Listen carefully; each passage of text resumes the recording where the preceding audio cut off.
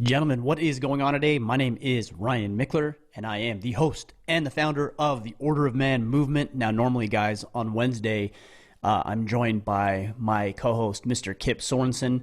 Unfortunately, he won't be joining us today. He's got some other meetings and some things he's dealing with and doing, so you get to hear from just me today. And I'm going to be answering and fielding your questions. He sent me a message, an email, and it said that I'm going to be fielding questions from Instagram, and I think if we get through all the Instagram questions, then we will get back over to the Facebook questions. And by the way, guys, if you do have questions, the best place I would say to submit those questions so that Kip and I can answer those for you is in the Facebook group, which can be found at facebook.com/groups/Order of Man. So I've reviewed some of these questions, not all of them, and hopefully I can give you some solid answers, at least point you in the right direction. If I know the answer, I'll do my best to answer it, and if I don't, I'll let you know that too. So just hanging out here at home, doing some work. Man, things are really growing and expanding over the past 4 weeks. The social media sites and platforms continue to grow, which is good. You know, I'm glad that what we're sharing with you is resonating, and hopefully we have some information that is helping you become a more capable man. Because if you are joining us for the first time, that's what this podcast and this movement is all about. I don't usually do advertisements on the Ask Me Anything episode, but I thought I'd share something with you because if you're watching on YouTube, I don't know if you can see that with my lights there. You probably can't see it. There it is. You can see I've got Origin's brand new Discipline Go flavor. It's JP Donnell. He's with Echelon Front, former Navy SEAL. It's his signature flavor, sour apple, and I got to say this is their best one yet. Turn that so you can see it. There it is. And you'll notice it says Jacko instead of Jocko, but Jacko Discipline Go Sour Apple. And yeah, I gotta say this is the best flavor yet. So, if you guys are looking for some sort of an energy drink, this is good because it's all natural and all the ingredients in it are good for you, and it doesn't have all the calories and everything else and all the sugar that they put in those other energy drinks. So I've enjoyed these. But they've got their other nutritional supplements as well. Their Discipline Joint Warfare, which I take, Cold War, which is helping to build up and boost up the immunity, which is good in times like this. So go check it out. originmaine.com, and use the code ORDER at checkout. I don't think this is available yet. You can see it's not even like designed. It's just a can. But the rest of the stuff is. Again, originmaine.com. Use the code ORDER. All right, guys, with that, let me pull up these questions here. I've got them listed here, and we'll get through as many of them as we possibly can. And if I butcher your username on Instagram, well, just get a different username if you don't like it. I'll do my best. All right, so first question, here we go. This is from AZ Wildcat 97. He says, or she says, I don't know, Ryan, what is the single most important trait you want to have your kids take with them when they are adults? I think that's a pretty easy answer. You know, I try to go through these questions as best I can, and that one was pretty easy for me. It's self-reliance. If I can teach my 4 children, I've got a 12-year-old, a 9-year-old, a 6-year-old, and a 4-year-old. If I can teach them self-reliance and the ability to be independent and the ability to be resourceful and find ways to make their own way, then I feel like I've done my job as a father. I've often said that our job as fathers is to render ourselves obsolete. And that doesn't mean that we won't be needed or won't be wanted. It just means that our children, when that time comes, and hopefully that's at age 18, not any later, are able to go out on their own and do their thing and go to school and get their education and get into a career and pick a worthy partner and all of the things that you would want for them. But a lot of that is going to come down to what you have done by way of fathering them and by teaching them self-reliance, resiliency, fortitude, grit, critical thinking, being able to think on their own, also exposing them to the consequences of their decisions. I think a lot of the reasons that kids and young men and young women don't or aren't as self-reliant as maybe they ought to be is because the parent or the adult never really allowed them to experience the weight of their decisions. They rescued them, they saved them, they bubble wrapped them and coddled them and kept them from any sort of hardship and adversity. And then it's no surprise that these young men and women are going out into the world and getting kicked in the teeth because they've never experienced it before. So you really need to let your kids experience the weight of the decisions they're making in a controlled environment. Obviously, you don't want them to be hurt physically, mentally, or emotionally. But that's what a parent's job is to expose your children to hardship. And as a father, again, ultimately render yourself obsolete. All right, next, Rocket Propelled Haas says, how much time did you spend in the brainstorm / research phase of your movement? At what point did thought turn into action? So Haas, I'll tell you, for me, if I err on the side of either action or planning, it's usually on the action side. I usually, again, if I err, it's going too hard too quickly. And sometimes I leave a wake of collateral damage in my path. So I don't remember the exact timeline, but I will say that I had the idea to start this podcast initially in March of 2015 is when I started. I would probably say that I got serious about it maybe in January of that same year. So I spent a couple months, 2-3 months planning it, organizing it, thinking what I wanted to do. It may not have even been that long. It may have been like 30 days, frankly. The thing that took me the longest is to come up with a name. I spent weeks thinking about, okay, what name should I use? What am I trying to create? What websites are available? What social media handles are available? So I spent a lot of time trying to figure out the naming. And then once I had that, I launched. I just went. Because I figured I could grow it and develop it and articulate it and improve it and tweak it and adjust it as I went. We had a great podcast several weeks ago with a former rocket scientist. His name is Ozan Varol. And in his book, Think Like a Rocket Scientist, one of the things that he talks about is building the plane as you fly and flying the plane as you build. So you just got to go. You just got to launch and know that whatever you do, regardless of how much planning and research you put into this thing, it's going to change. So you might as well just launch with a minimum viable product and get it out in the world. And then based on the feedback and what you like and don't like about what you're doing, you tweak, adjust, and drive on. But it didn't take me very long at all, maybe several months. Faith in Him 7 says, what is the best thing that you think will happen in society as a result of this pandemic? I think, so I wrote the book Sovereignty, The Battle for the Hearts and Minds of Men I think I released it in February of 2018. Yeah, because it's been 2 years. So February of 2018.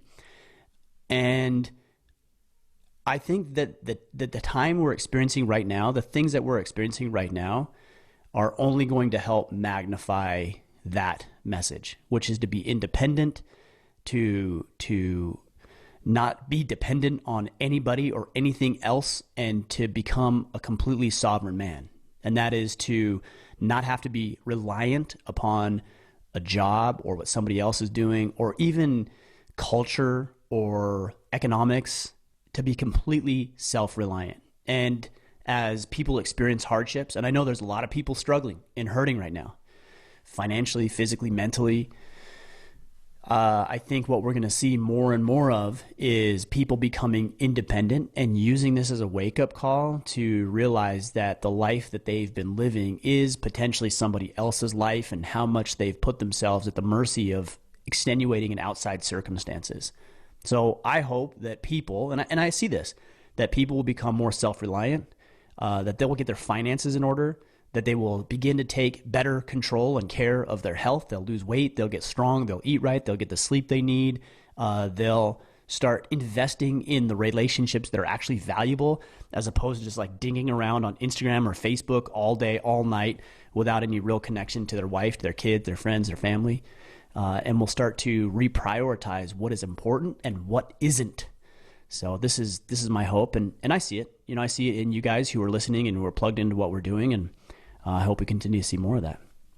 All right, S. Dortega 10, I believe that's what it is. S. Dortega 10 says, thanks for all the great messages you put out into the world in a time where people need to hear them the most. You are welcome. It's my privilege and honor to be able to do this. AJ SARC5, AJ SARC5, I don't know how you pronounce that, but AJ SARC5. I have 2 kids under 3. That's hard, I know it is. We've done it. Wife and I both work from home. Kids are now at home full time. How do I force my ass out of bed at 4 a.m. when I feel like I'm falling apart from exhaustion, but I know I need to get up? Well, I will tell you, I don't get up at 4 a.m. because that's early, and I don't want to get up at 4 a.m. I usually get up at about 6 a.m., 5:30 to 6, somewhere in there. So maybe you don't need to get up at 4 a.m. I think this is one of the traps of self-help is we look at what other people are doing and we think because another person is doing it who's highly ambitious and motivated and successful and disciplined that we need to do the exact same thing that those individuals do. I think generally I would say that there's some practices that you can implement, like getting up early is a good thing so you can do your work and get to it.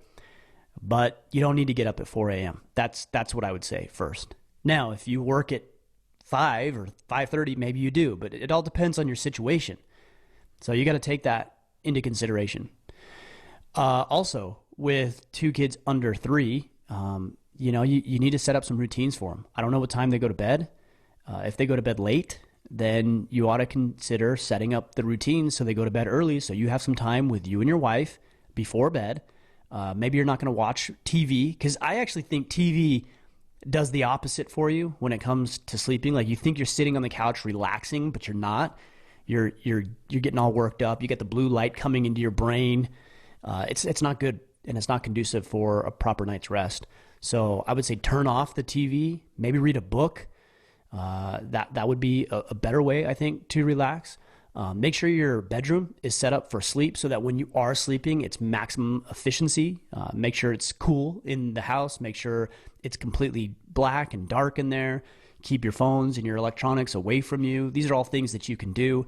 I realize with kids under 3, it becomes a challenge because they may be getting up in the middle of the night and things like that. I don't know if your wife is breastfeeding, but if she is, then she's getting out of bed and she's taking care of the kids, or maybe she's not and you're getting up. I mean, there's so many circumstances here. So I would say you don't need to force yourself to get out of bed at 4 a.m. unless you feel like you want to do that. Make sure you put the kids down at a proper time. Turn off the electronics, turn off the TV before sleep. Maybe even learn to take a nap during the day. Maybe there's a 30 or 45 minute segment in there somewhere where you can, sneak away and talk with your wife about this, but get a few minutes of extra sleep. There's things you can do. You just got to work it, and it'll change, man. It'll change. I promise. It'll change. It'll get better. It'll improve. You might just be in the stage of life, and welcome to fatherhood. All right. The Ryan M. Hunt says, what did you think of the most recent London reel with David Icke? I enjoyed it. I actually enjoyed it. I think they've done, Brian Rose has done 2 interviews, 2 or 3 with David Icke, and I think he's got a 3rd one coming out. I really like Brian. Brian and I are friends. I think highly of what he's doing with London Reel and the London Reel Army. I think it's pretty disturbing, frankly, how much that interview has been banned and how much Brian and David Icke have been blocked. I don't agree with everything David Icke said. I think he's taken it to the extreme. And I think there's maybe some validity to some of the things that he's talking about. And it's certainly things that we ought to be aware of.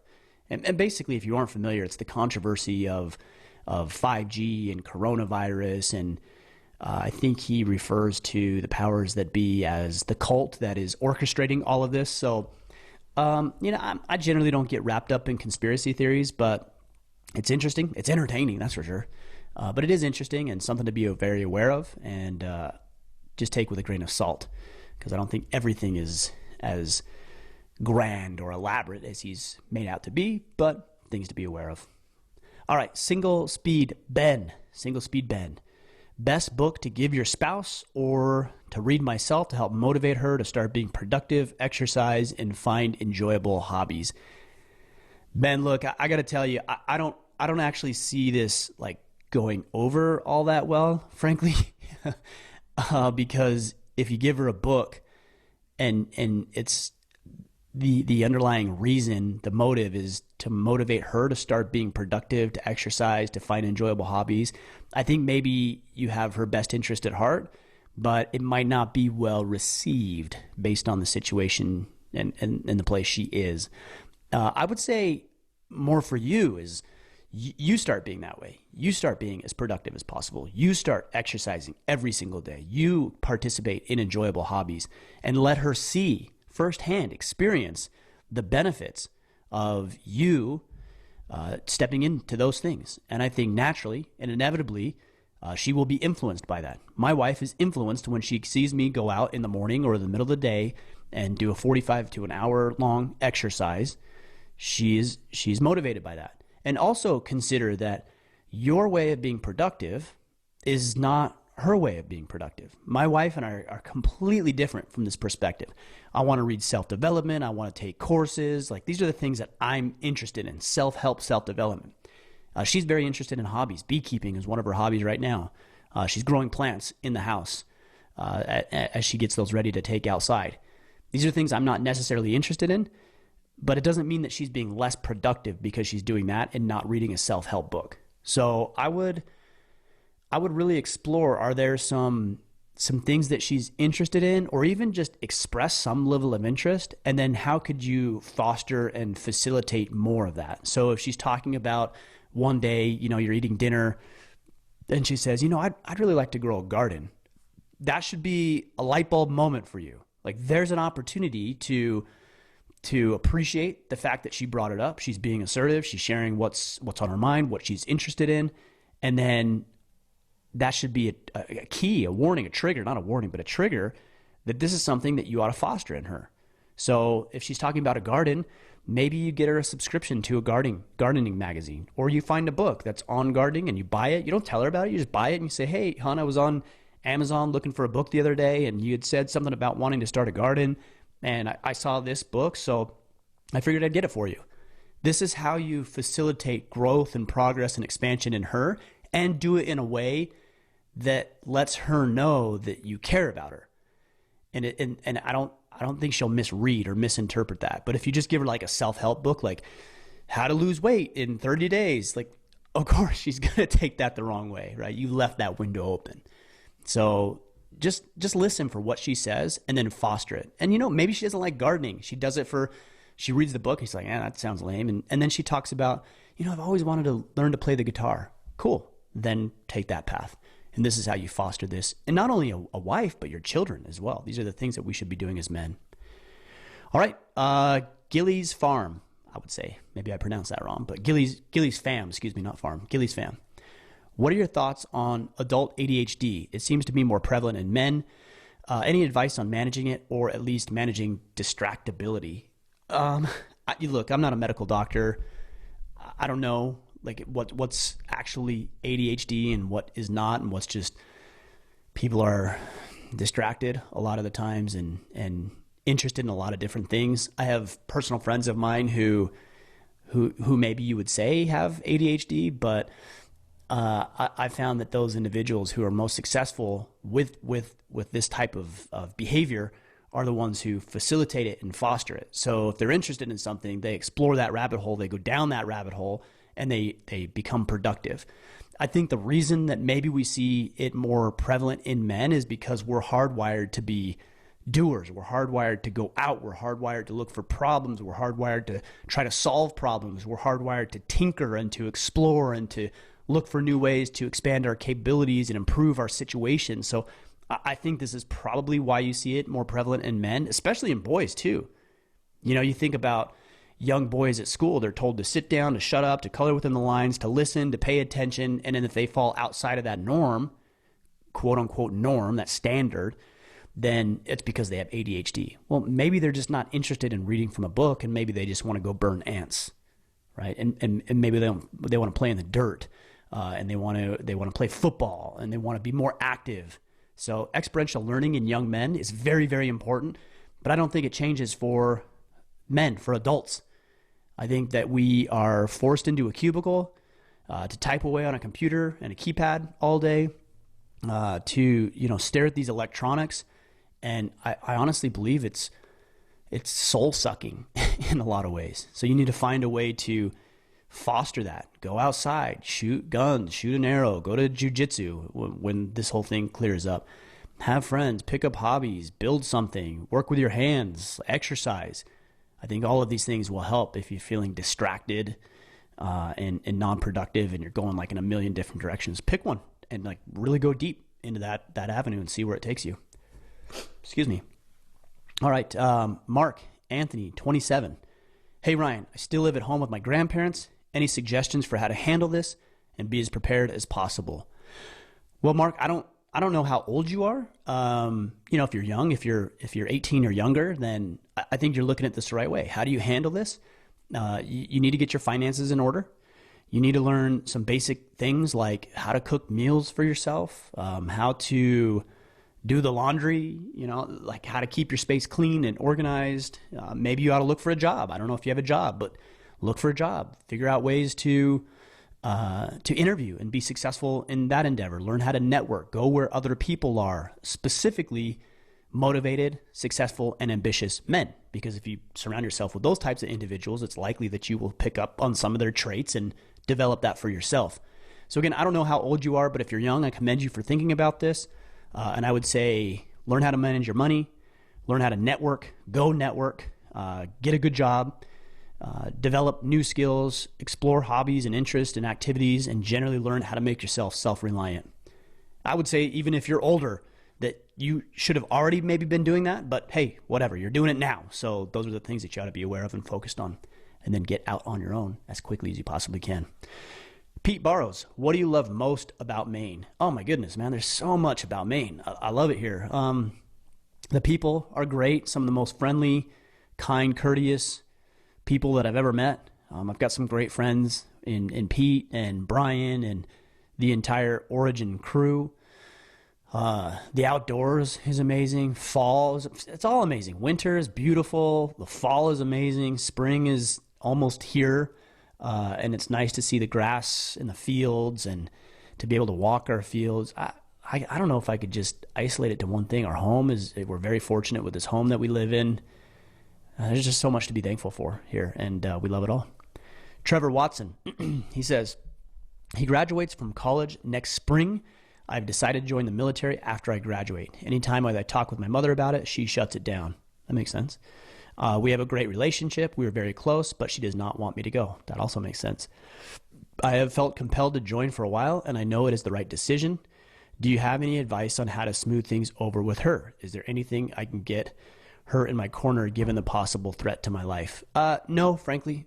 Like, there really isn't. Like, what are you going to say? She knows what the military is. She knows what you're doing. She knows what you're risking. You're her little baby, her little boy, and it's natural. And you should be flattered by that. It means she loves you. She cares about you. So there's nothing that's going to help her feel better about that decision other than you explain to her why it's so important to you, why you feel compelled to do it. And I think she probably sees that. Obviously she cares about you. She wouldn't have these types of feelings if she didn't. So she probably wants your success and your well-being. So just explain to her why it's so important for you, why you want to go, why you want to train in the military, what your goals and ambitions are within the military, and how it fits into your scheme of life as best you can. And that's all you can do. I wish I could tell you, if you just say the secret formula phrase, then, she'll feel so much better about it. She won't. She's obviously got reservations about it. And I'm sure that it's not to the point where, she doesn't want to talk at all to you anymore, or she's upset with you. She's just upset with the situation. So just be the best you can be. Explain to her why you're doing it. Be a committed soldier or warrior, whatever branch you're going into, and get after it. And keep her in the loop. Just keep communicating with her. That's the biggest thing. Don't ghost her. Keep communicating with her. All right, Philip Jeffrey 10. Can we expect any Order of Man merch after they get done getting after it? Of course. I'm not sure what that second part means, but we do have Order of Man merch. We've got hats, we've got shirts, we've got battle planners, we've got wallets, we've got flags, we've got decals, we've got, I don't know, I'm sure I missed something in there, but we've got merchandise. Head to store.orderofman.com. All right, Scott, MCCL15. This is an interesting one. Shame on this godforsaken country and its global elite daddies running it to the ground. All will be forced to Amos 4:12 coming soon. Okay, there it is. Not sure that's a question, but there it is. We deal in lead. I have a small knife making gun. Let me try this again. I have a small knife making business. I currently make less than 10 grand a year from it, but it's on the rise. Would it be beneficial tax-wise to legitimize the business? No, probably not from a tax perspective. Again, let me just put this disclaimer out there. I'm not an accountant. I'm not a CPA. I'm not a financial advisor anymore.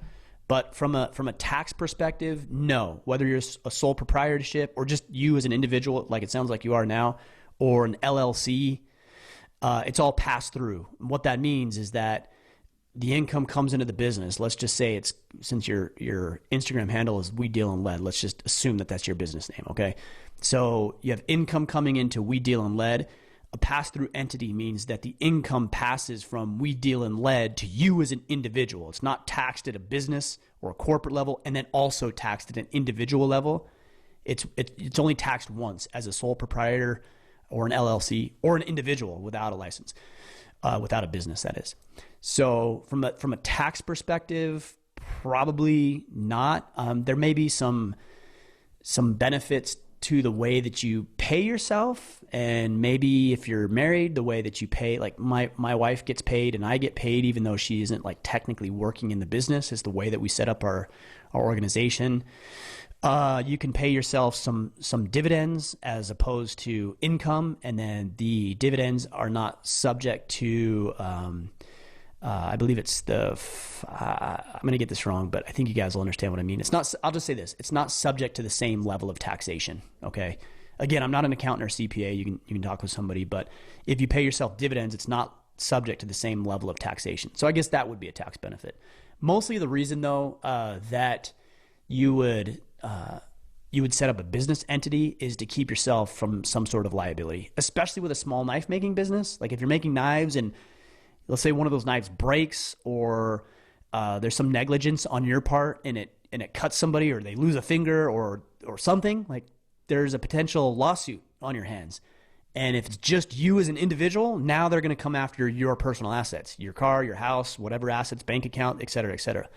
But if you have it as a business, like for example, quote unquote, We Deal in Lead as the business, then they're going to potentially sue the business. Okay, well then that doesn't go down to you as an individual. So there's some legal reasons why you might want to legitimize the business too. So from a tax perspective, the income, the dividends versus wages, that might make a little bit of a difference, especially if you're making $10,000 and more.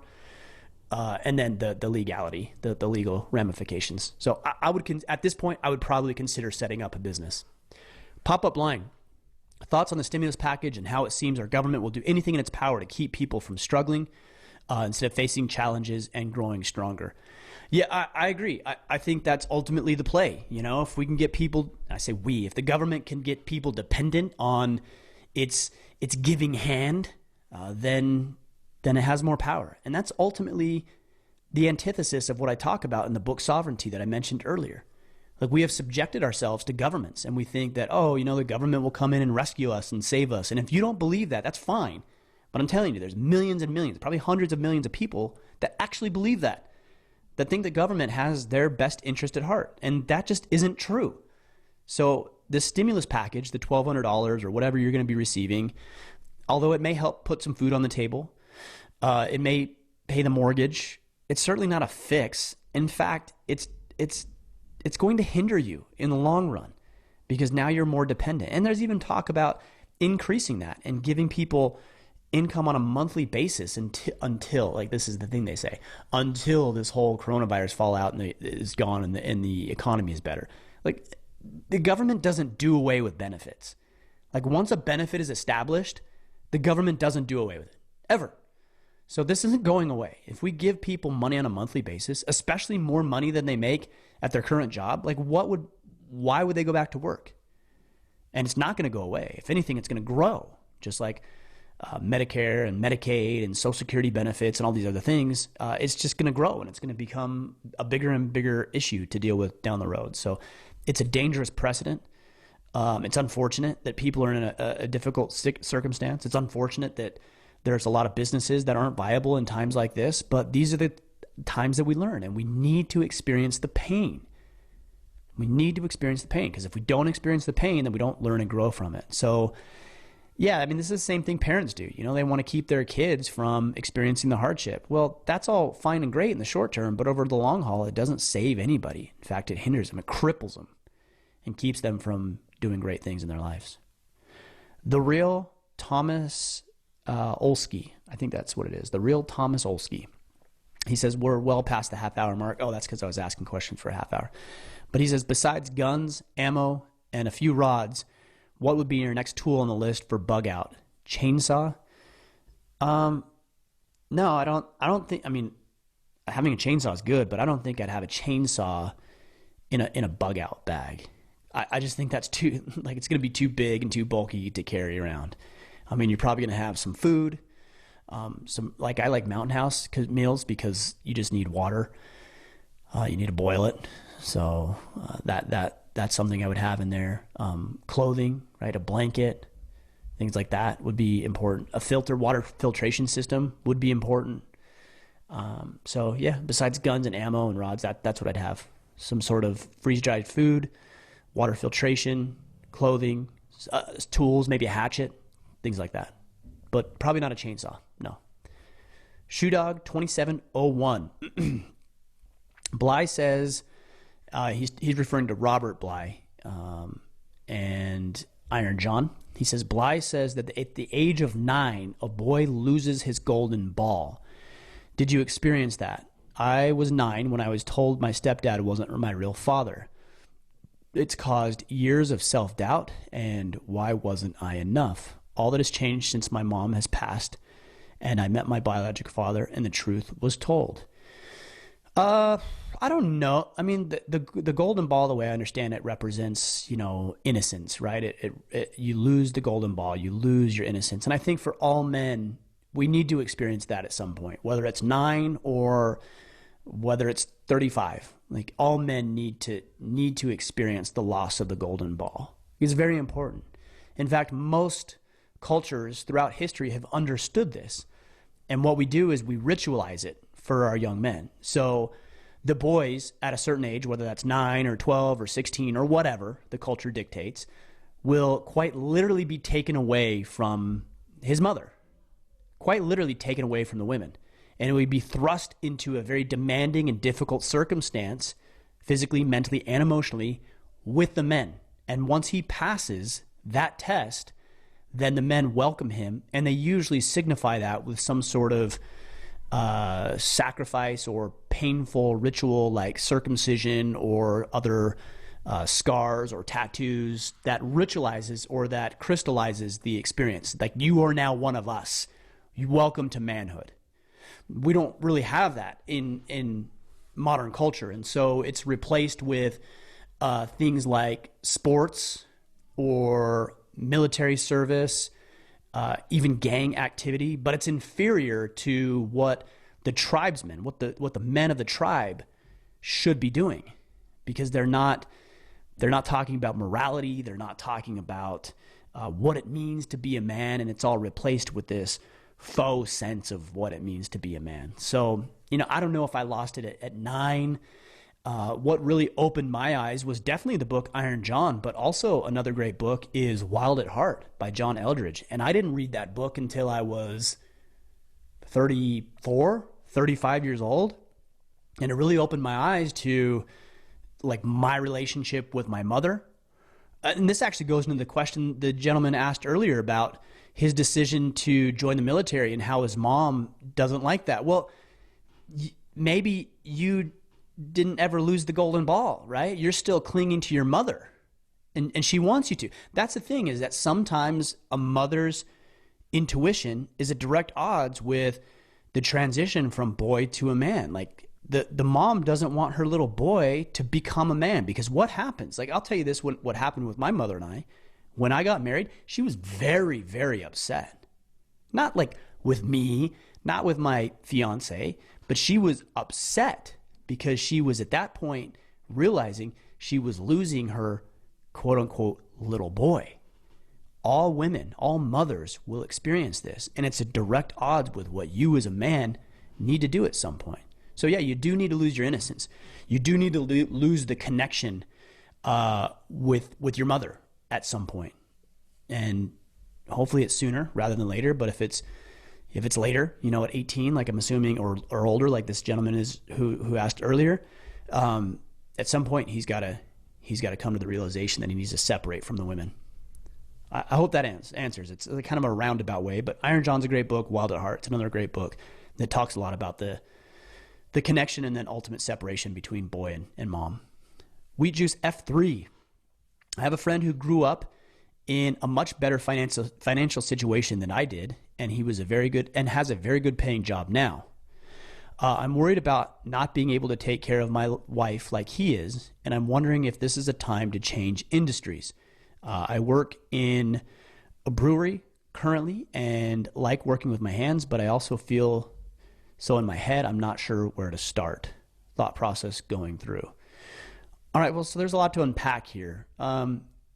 First, you're comparing yourself to another individual. That's a danger.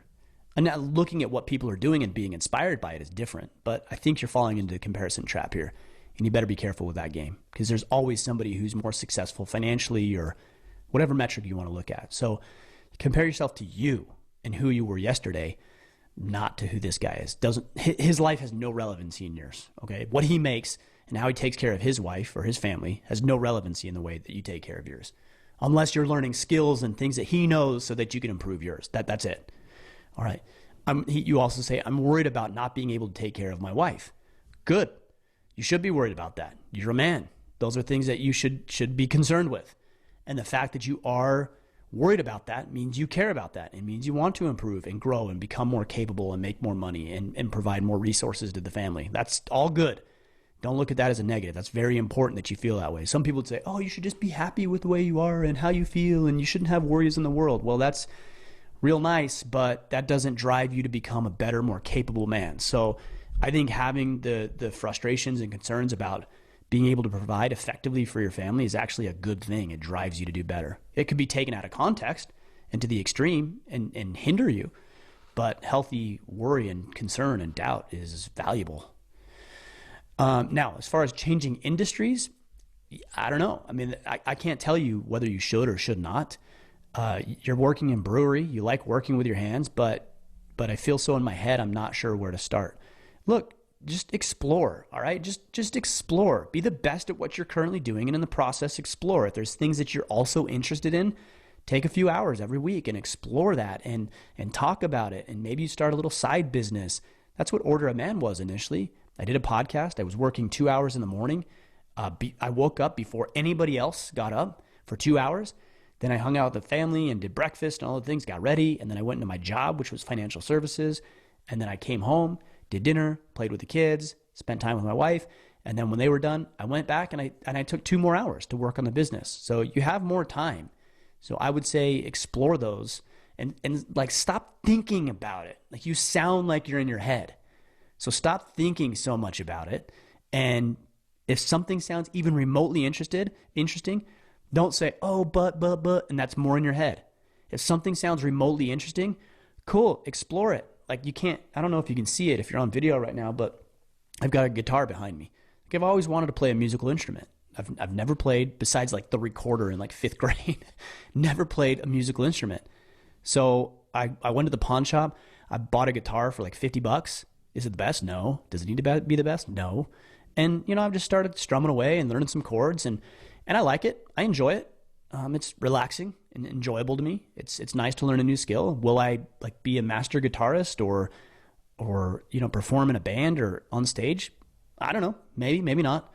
But right now I'm just enjoying it and I'm willing to take the path. Like take action. Stop being in your head. Start taking action and get after it. Okay? You're just overthinking it, I think, and that's causing some like trepidation and confusion and frustration in your head. Get out of your head into action. The real B simp. How would you sum up creating a successful podcast? Well, you start. That's the first thing. You start. Very easy. If you're interested in starting a podcast, just Google Pat Flynn's Guide to Podcasting. That's what I did. Don't ask me what I did. Just Google Pat Flynn's Guide to Podcasting and then follow that step by step. I'm dumb enough that like I'm just willing to follow what other people did. and not necessarily feel like I need to reinvent the wheel. Okay. So that's what I would do there. From there is work on audio quality, work on your ability to communicate effectively, work on your ability to interview, and do it a lot. I've been going for 5 years. I mean, I want to say I've done over 600 podcasts at this point. So the repetition has made me better and improved my ability to podcast successfully. Also, learn how to network, learn how to ask for referrals and introductions, make introductions and connections for other people. This is how you build your network and get successful people on your podcast, which is also going to help your podcast be a success.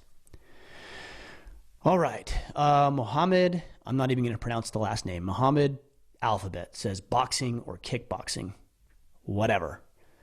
I don't know, like for what? For enjoyment, for self-defense, for like what? Whatever. Just pick one, whatever sounds interesting to you.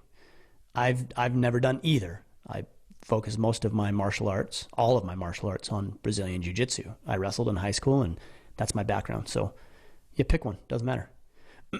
Mac Wildenaz,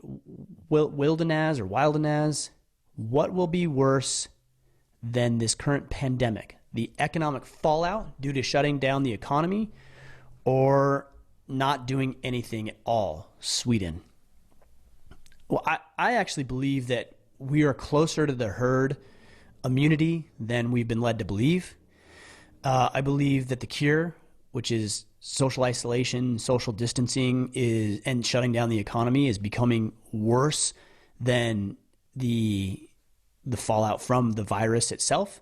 I think after everything is done and said, that the death rate of this coronavirus will be marginally worse than the flu. And I think more people have this, significantly more people have this, exponentially more people have had this, and now the antibodies to combat this coronavirus than we have been led to believe. So I think we need to start opening up the economy systematically, in a process and a system, not just like everybody being reckless. But look, social isolation and social distancing was never designed to like cure this. That's not how you cure the virus or the pandemic or face it. It was only designed to flatten the curve. Well, the curve has been flattened. Hospitals are not being overrun. We have plenty of ventilators from all that I've seen, and it's just not as big of an issue as we once were led to believe. So we need to find out how many people actually have had the virus and now have the antibodies. That antibody testing is very, very important, because we need to know the number.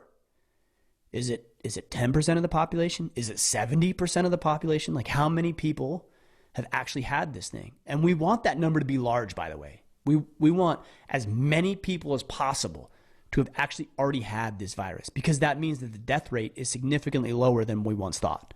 So it's very important that number is high. Now, if it's not high, we got to address it. But if it is, that's a good thing.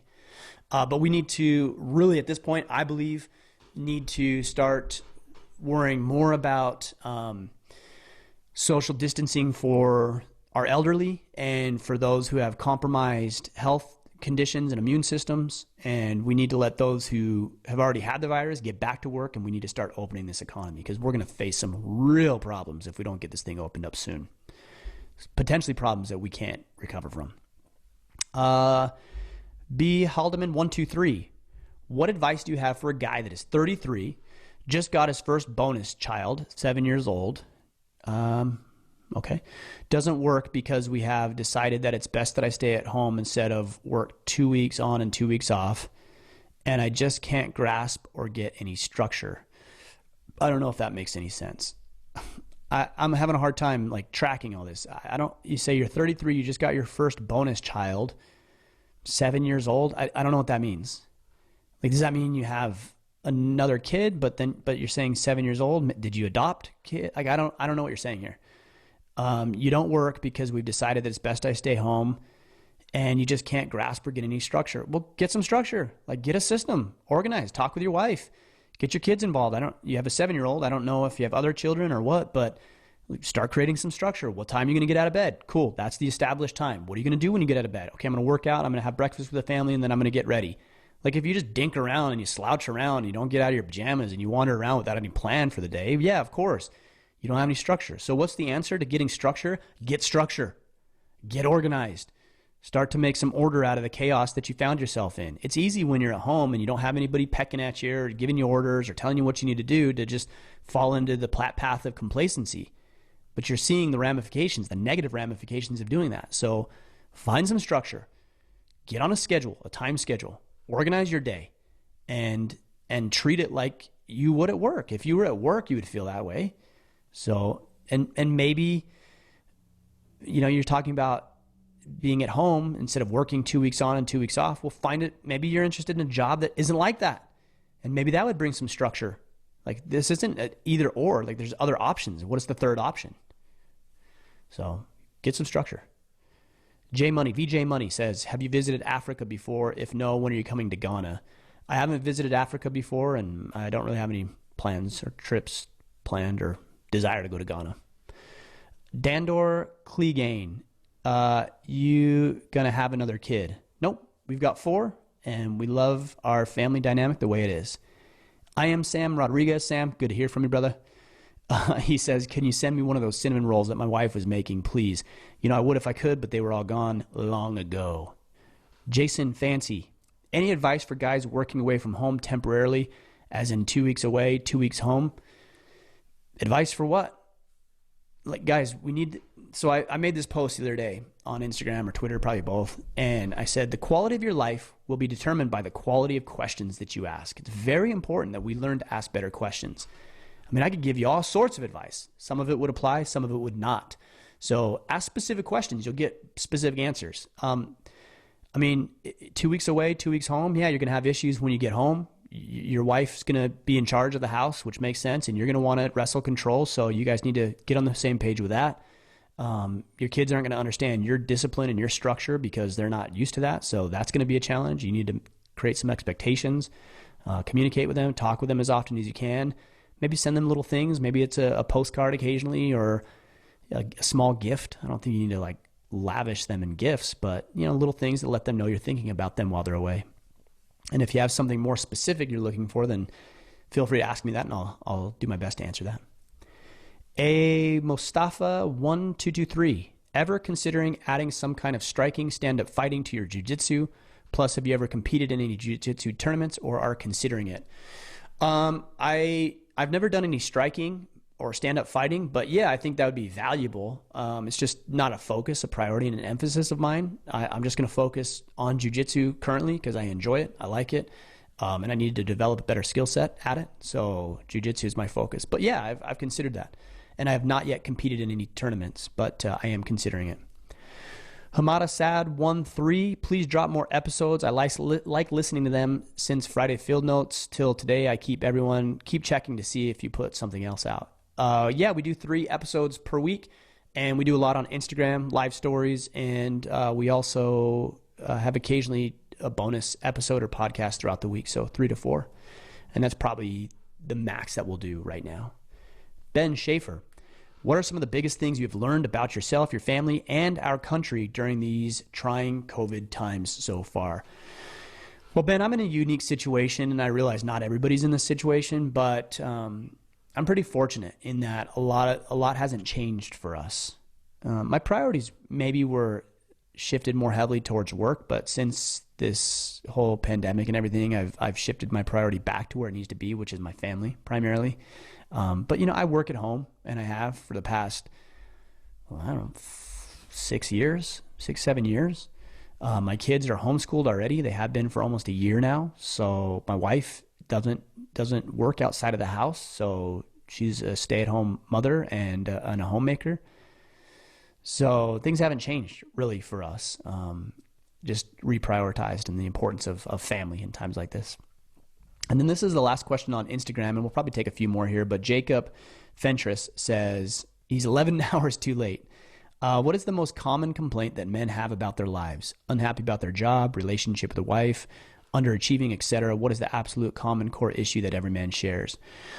I'll start with the last question. What is the common core issue that every man shares? It's lack of responsibility. Everybody pushes off responsibility and the burden of blame on other people and outside circumstances. And if you learn to take more responsibility for your life, for your marriage, for your job, for the economy, for your underachieving, as painful as that is to wrestle with, you're going to have more success when you do. Too many men are just consumed with trying to blame and shift on everybody else. And even the guys who say, no, I don't do that, do that. Okay, so take it to the extreme. That's why I like Extreme Ownership by Jocko Willink, because he talks about that. Take it to the extreme. And every time you think it's somebody else's fault, you better first ask yourself, what did I have to do with it? And look, other people might be at fault. There might be some blame on some other people, but ultimately it's your responsibility. That is the common core issue that every man shares, including myself. I'm not above that.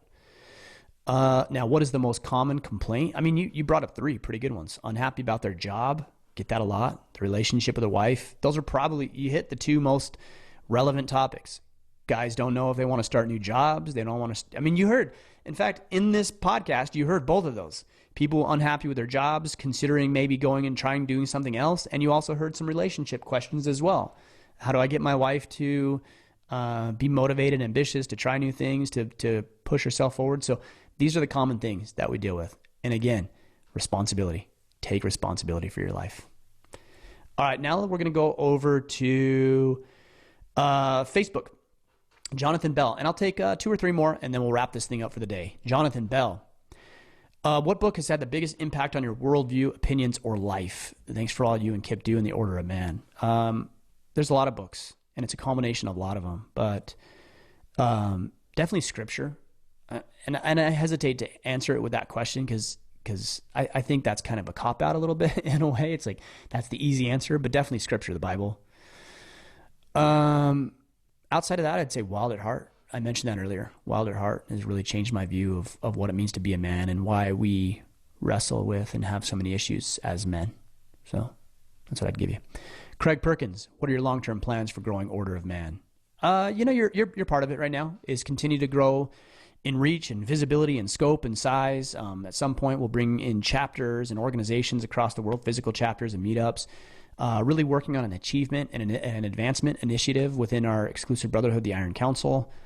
And then trying to hit all platforms, trying to make sure that we're doing marketing right, that we're reaching as many people, that it's systematic, that it's efficient and effective. And we're really putting out the content that's going to be most prevalent and impactful to the men who listen. Wayne Taylor. Hey lads, my 13-year-old son gets picked on a fair bit at school. Problem is by a girl. My wife tells him he should tell the teacher, but I disagree. But then again, I don't know what to tell him. Get him involved in self-defense, jiu-jitsu, karate, striking, wrestling, kickboxing, boxing, et cetera, et cetera. Now, I'm not saying to beat this girl up, but having that skill set's a valuable thing. It might just be that this girl likes him. And I've found that when young men are involved in martial arts and competitive sports, that it changes their demeanor and it changes what they will put up with, what they will tolerate and what they will not tolerate. And I think you'd be very surprised at how much confidence can be built in your 13-year-old son, and how just him walking around with his head a little higher, his shoulders back a little further, his chest out, and with a little bit of pride in each step will change the way, will influence the way people respond to him. So I would get him involved in competitive sports, and I would get him involved in martial arts, specifically jiu-jitsu.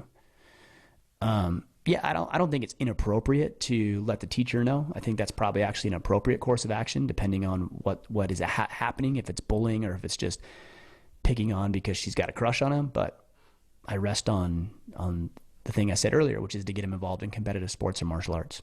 All right, last one here, guys. Paul Dominion. Once you started succeeding, did you find it difficult to find close relationships outside the Order of Man community? No, I found it easier because I was successful, and successful people want to spend time with other successful people. They want to connect with them. They want to reach out to them. They want to have conversations with them. They want to collaborate and do projects together. So yeah, success breeds success. So you're going to find people like you are. If you're a loser, and I'm not suggesting, Paul, that you are, but if you are a loser, then you're going to attract losers. If you're a winner and you're successful and you're motivated and driven and ambitious, then you're going to find those types of individuals to spend time with. So yeah, now that said, I had to let go of old friendships. I had to move on and to spend less time with certain people. But all of that has been replaced with more powerful, more profitable, more fulfilling relationships in my life. So success will breed more success, and the successful people are looking for successful people to spend time with. All right, guys. I think we got through quite a few there. I hope I answered some questions that were relevant to you. I hope I gave you some good feedback and some good things to think about. If I didn't, well, sorry. Ask some different questions, and I'll try to do my best to answer those to the best of my ability. But I just want to let you know, I'm glad that you're in this battle. It is a battle, not a physical battle. Some people don't like when I say that term. Like, what's this battle you're talking about? It's a battle, like we're dealt with difficult circumstances every single day. It's hard to lead a family at times. It's hard to build a career or start a business. It's hard to fight against the temptations to eat more than you should, or to sleep in longer than you should, or not exercise and not do the things that you deep down have a desire to do. That's a battle. And I think if you approach each day as the battle, that there is an enemy out there and that you are trying to become the strongest, most capable man to combat and face that enemy, whether it's perceived or visible or invisible or tangible, if you are more capable to deal with that, then you will be a better man, a more capable man, a more fulfilled and satisfied man, and you'll be able to impact more in other people. That's why I use that term. So I am glad that you're in this battle with me, standing shoulder to shoulder in what it means to be a man and reclaiming masculinity and making ourselves more capable. Guys, if you would, on that note, please share this. More men need to hear this message, especially in trying times like these. And I believe if you have access to information that could benefit somebody else, then you have, frankly, an obligation. And outside of just an obligation, I'd ask that you share. That's a great way to give back to, hopefully, some value that we've provided to you. So share this with your brother, your father, your colleague, your coworker, just another man. Share it on Facebook, send it a text to somebody and let them know what you're listening to, how it's helping you, how it's serving you, and I think we'll all be better for it. Also, if you would, make sure you check out the Iron Council. That's our exclusive brotherhood, the Iron Council. You can find at orderofman.com/Iron Council, and you can see what we're all about and what we're doing there. All right, guys, I'm going to sign out. I'll be back on Friday for our Friday Field Notes. But until then, go out there, take action, and become the man you are meant to be.